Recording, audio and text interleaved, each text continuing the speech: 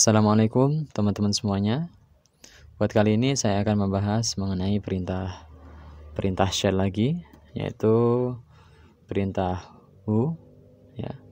Perintah who dan perintah wmi. Who dan wmi. Nah, ini seperti ini. Lalu apa fungsinya kedua perintah itu? Ya. Pertama kita bahas dulu perintah who ya. Perintah who ini seperti kita tahu ya, dari artinya saja kita sudah tahu ya, who itu berarti siapa ya. Ini bahasa Inggris ya.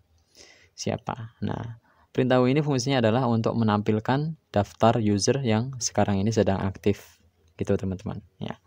Ini kalau saya enter, nah akan muncul semacam ini. Dimana di sini maksudnya adalah ada dua user yang sekarang ini sedang aktif teman-teman ya. Yaitu yang pertama adalah user Ian, yang kedua adalah user yang bernama tutorial. Gitu teman-teman ya. Jadi karena memang Linux ini ya, sistem operasi Linux ini memang dirancang untuk multi user teman-teman. Contoh implementasi sederhananya ya seperti ini teman-teman ya. Misalkan di rumah ya kita punya satu komputer ya. Yang mana satu komputer itu dibuat gantian oleh penghuni-penghuni rumah. Misalkan bapak yang menggunakan komputer itu, ibu ya menggunakan komputer itu, kemudian anaknya yang masih SMA menggunakan komputer itu. Jadi satu komputer itu digunain untuk bergantian seperti itu. Nah, ini kalau pakai Linux cocok banget teman-teman ya. Gitu ya. Dimana misalkan ya bapak mau pakai komputer, nah maka bapak bikin user sendiri ya. Bapak namanya bapak ya, usernya administrator dong gitu ya. Bapak bikin user sendiri, kemudian usernya kasih password sendiri gitu, yang cuman diketahui oleh bapak gitu. Nah kemudian ibunya juga sama, anaknya juga sama. Jadi masing-masing orang itu punya user sendiri-sendiri seperti itu. Nah kemudian misalkan nih bapak masih kerja ya. Nah, kerjanya belum selesai, tiba-tiba anaknya datang. Ya ayah, nah, tolong dong ya ini sebentar ini. Nah, adik mau ngerjain tugas sebentar banget. Nah, padahal kerjaannya bapak belum selesai dipakai. Maksudnya kerjaannya bapak belum selesai gitu loh.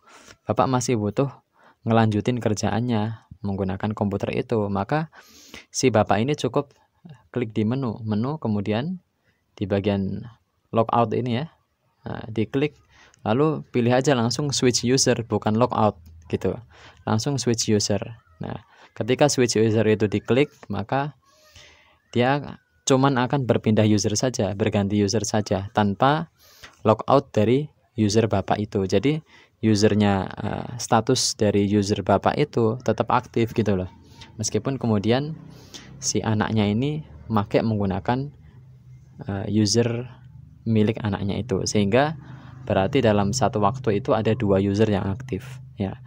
User yang sekarang dipakai misalkan user anaknya yang lagi ngerjain tugas, kemudian user bapaknya itu juga aktif cuman lagi idle seperti itu teman-teman ya. Itu. Nah di sini ada dua user yang sedang aktif. Nah seperti itu teman-teman. Ya semoga paham ya. Itu cuman implementasi sederhana saja kalau misalkan digunakan di rumah. Gitu teman-teman.